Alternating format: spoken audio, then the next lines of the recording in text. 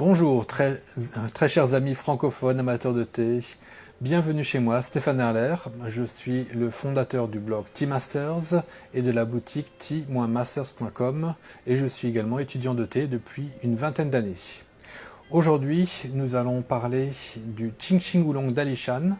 C'est le premier thé dans mon échantillonnage qui est sur ma boutique pour ce semestre d'automne 2022. J'ai créé une série d'échantillons, 6 ou 7 oolongs différents que nous allons étudier ce semestre. Et donc nous allons commencer maintenant, nous allons dans le vif du sujet.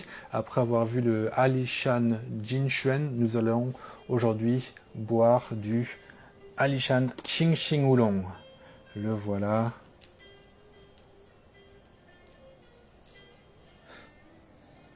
Très très bon.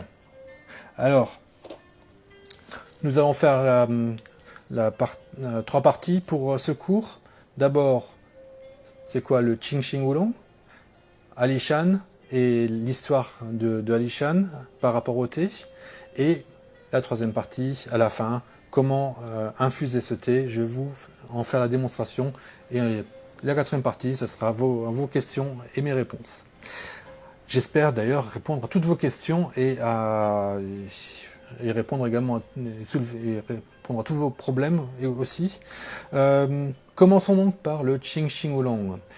Il n'a pas été inventé en laboratoire comme le Jinxuan, qu'il avait été par le docteur Wu Zhendo, comme je vous l'avais expliqué la semaine dernière. Mais Dr Wu Zhendo a quand même joué un rôle parce qu'il a analysé la composition de l'ADN de ces feuilles de Ching Ching Oolong et il a découvert que le Ching Ching Oolong a pour parent un cultivar qui s'appelle le Haijiao Oolong, qui nous vient de Chine, de Fujian, d'une région proche de Wuyi, mais qui n'est pas dans Wuyi. Donc ce n'est pas un des cultivars traditionnels de Wuyi, c'est un cultivar un petit peu extérieur, qu'on trouve surtout au bord des rivières. Et donc Haijiao, ça veut dire petit pied, parce que c'est des arbustes de thé qui ne vont pas pousser très haut. J'ai eu l'occasion d'en goûter et effectivement il a une odeur qui rappelle beaucoup l'odeur de la rivière, hein, des odeurs un petit peu de marécage. Ensuite, j'ai réalisé que c'est une odeur et des arômes qu'on retrouve parfois dans le Ching Ching Oolong, mais pas au début, mais vers la fin, dans les toutes dernières infusions, quand les arômes les plus floraux, les plus légers sont partis. Alors, ce qui reste, ce sont des arômes effectivement un petit peu marécageux qui donc nous ramènent à son parent qui est le Haijiao Oolong. Donc le Ching Ching Oolong est très probablement un Haijiao Oolong qui a muté quand il a été transporté de Fujian à Taïwan. Ce cultivar est très important à Taïwan, c'est vraiment le cultivar à connaître parce qu'on l'utilise dans pratiquement toutes les régions. On va notamment l'utiliser aussi dans le Wenshan pour faire du baozhong, un baozhong qui peut être frais, non torréfié ou bien un baozhong torréfié. On va également le trouver donc en haute montagne comme aujourd'hui, mais aussi dans la région de Dongding, hein, les rongshui de Dongding, les oolongs torréfiés de Dongding qui avaient été les stars de cette île avant l'avènement des thés de haute montagne. Donc les thés de Dongding, les meilleurs sont tous faits avec du Ching Ching Oolong. Ça c'est vraiment le cultivar qui est le meilleur, qui convient le mieux pour faire du thé de Dongding aussi.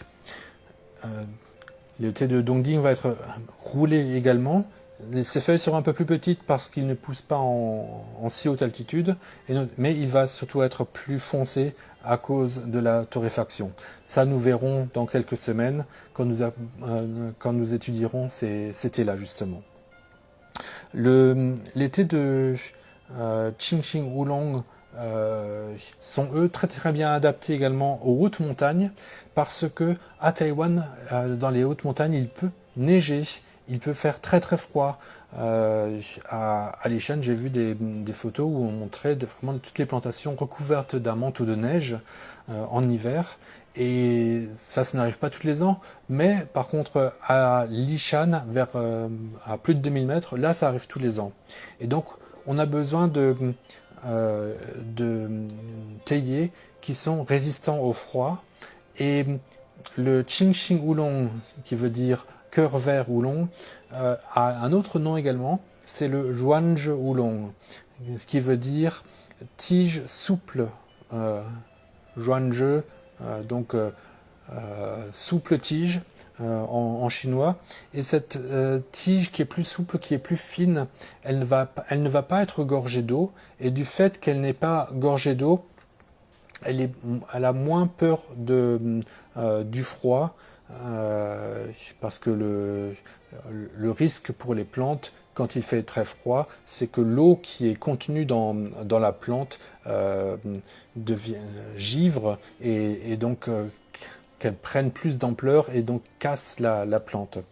Donc grâce à cette particularité du Qingxing Oolong d'être soft stem, d'être tige souple, c'est vraiment ça qui l'aide à être plus résistant au froid et donc à bien convenir en haute montagne. Mais il convient également en haute montagne parce que, donc comme on l'avait dit la semaine dernière avec le Jinchuan, le Qingxing a des feuilles plus petites et donc plus concentrées en arômes, et notamment en goût et en arrière-goût, mais sans perdre dans les arômes. Souvent, quand on gagne dans un tableau, on perd dans l'autre. Le Qingxing Oolong, il a vraiment ce bon équilibre entre des arômes très fins, très fleuris, et un goût très sucré, très doux et long à la fois. D'ailleurs, on peut même faire des thés rouges avec du Qingxing Oolong.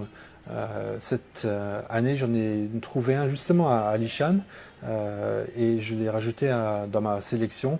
Si vous êtes intéressé par voir comment le Qingxing Oolong peut devenir un thé rouge, je vous le conseille parce qu'il est vraiment très parfumé.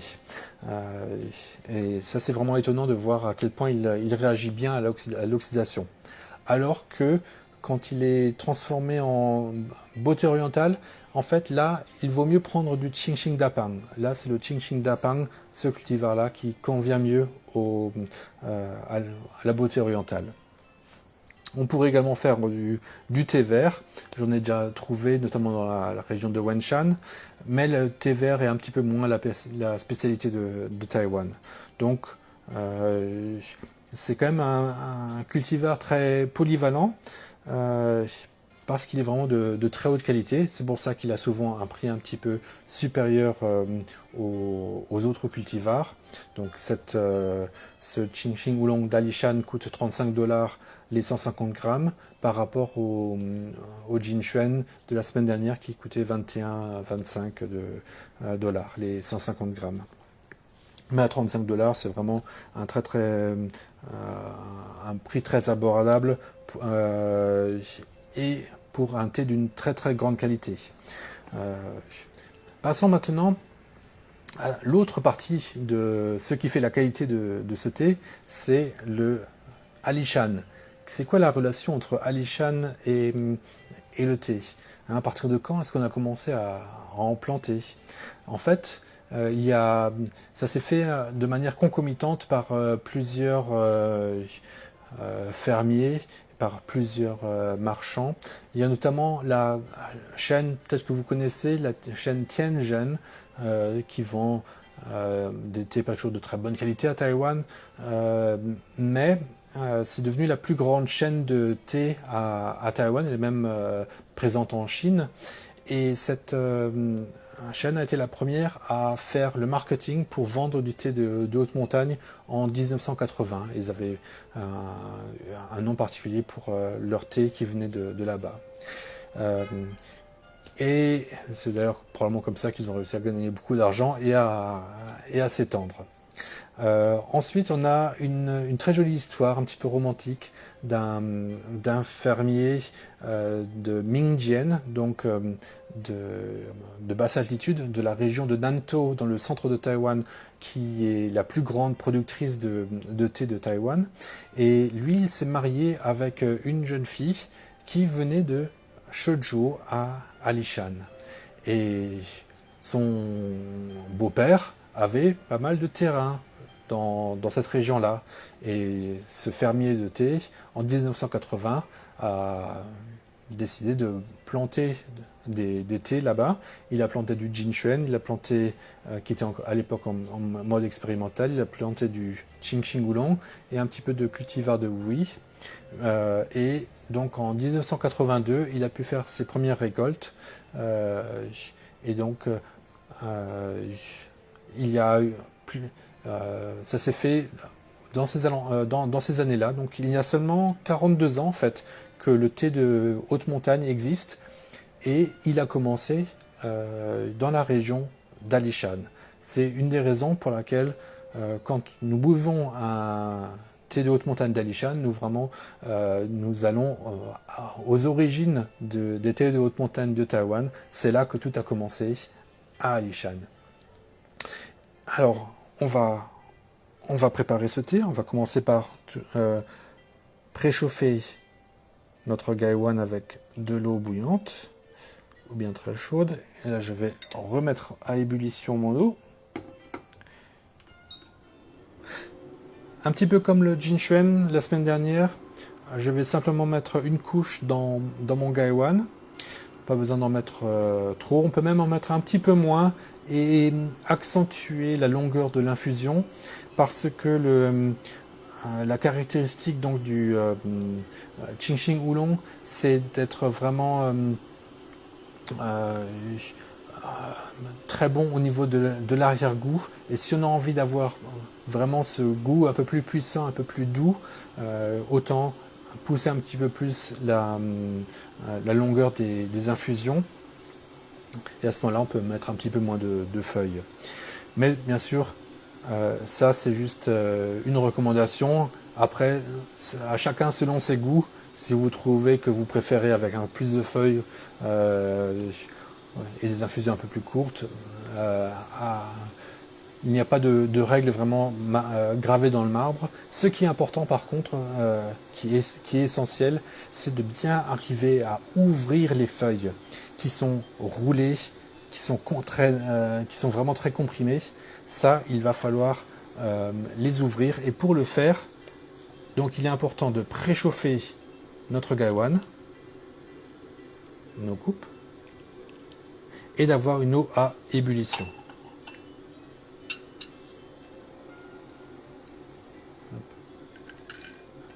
Hop, on peut tout mettre. Et nous allons faire tourner les feuilles, comme la semaine dernière.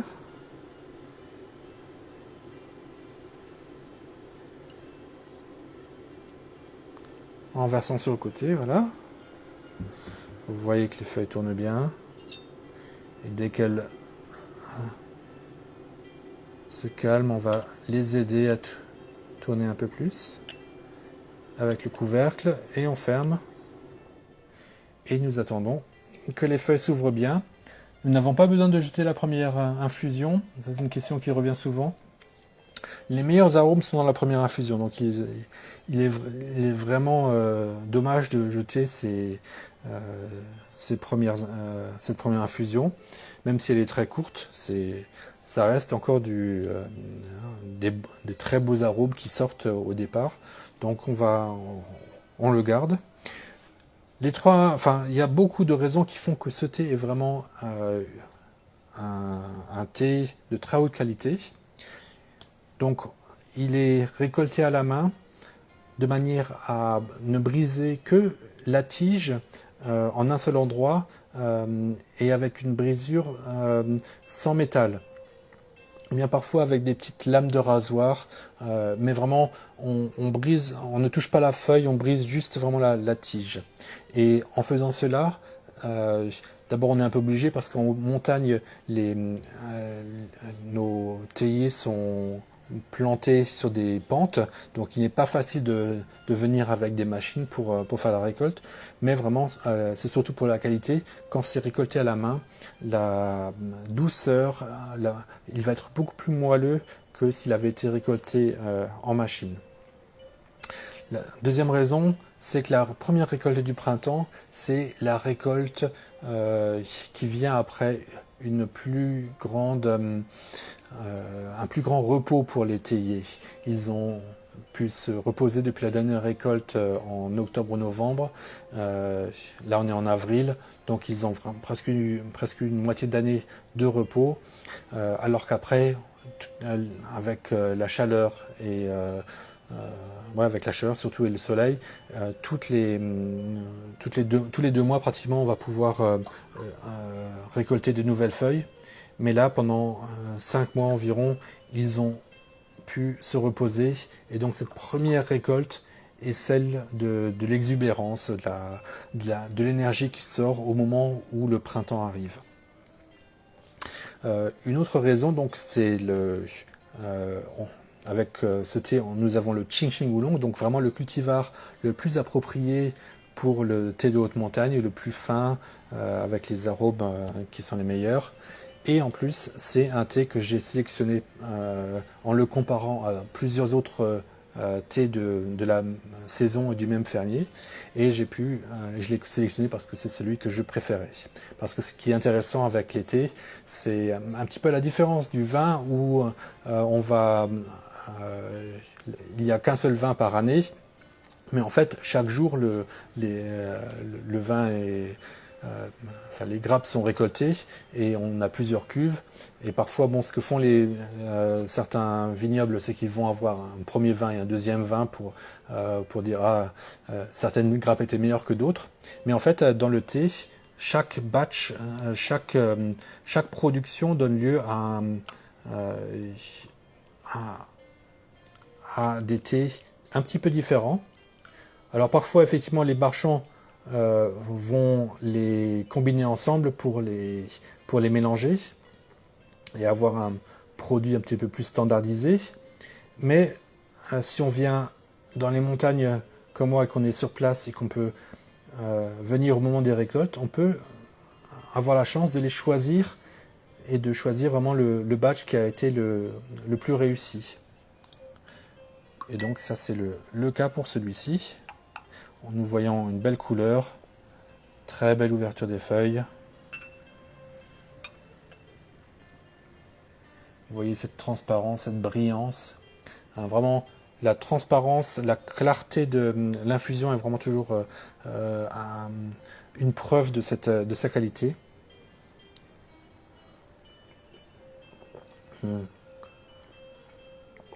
Alors là, je l'ai fait vraiment un peu plus costaud que d'habitude.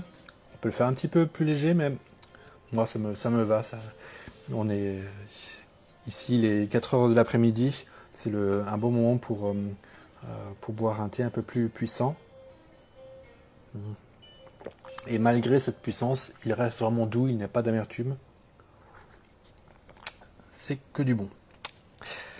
Voilà, je crois que j'ai fait le tour de ce que je voulais vous dire à propos du Qingxing Oolong d'Alishan.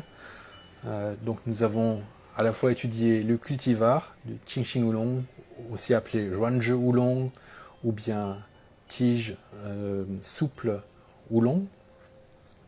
Et nous avons également vu que Alishan était le berceau des thés de haute montagne à partir de 1980. Ce n'est pas si long en fait. Et donc, en buvant ce thé, nous avons la possibilité de boire vraiment un thé original parce il est devenu tellement populaire qu'il a été copié dans d'autres montagnes de Taïwan et même dans d'autres pays, en Thaïlande, au Vietnam, en Chine.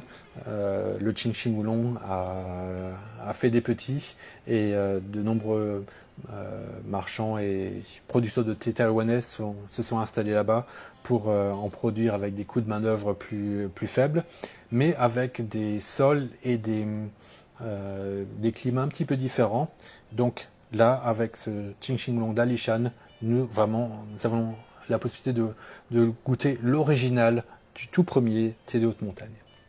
Merci beaucoup pour votre intérêt et puis à la semaine prochaine, nous allons faire une comparaison entre justement ce Qingxing Oolong et le Jinchuan Oolong d'Alishan. Merci.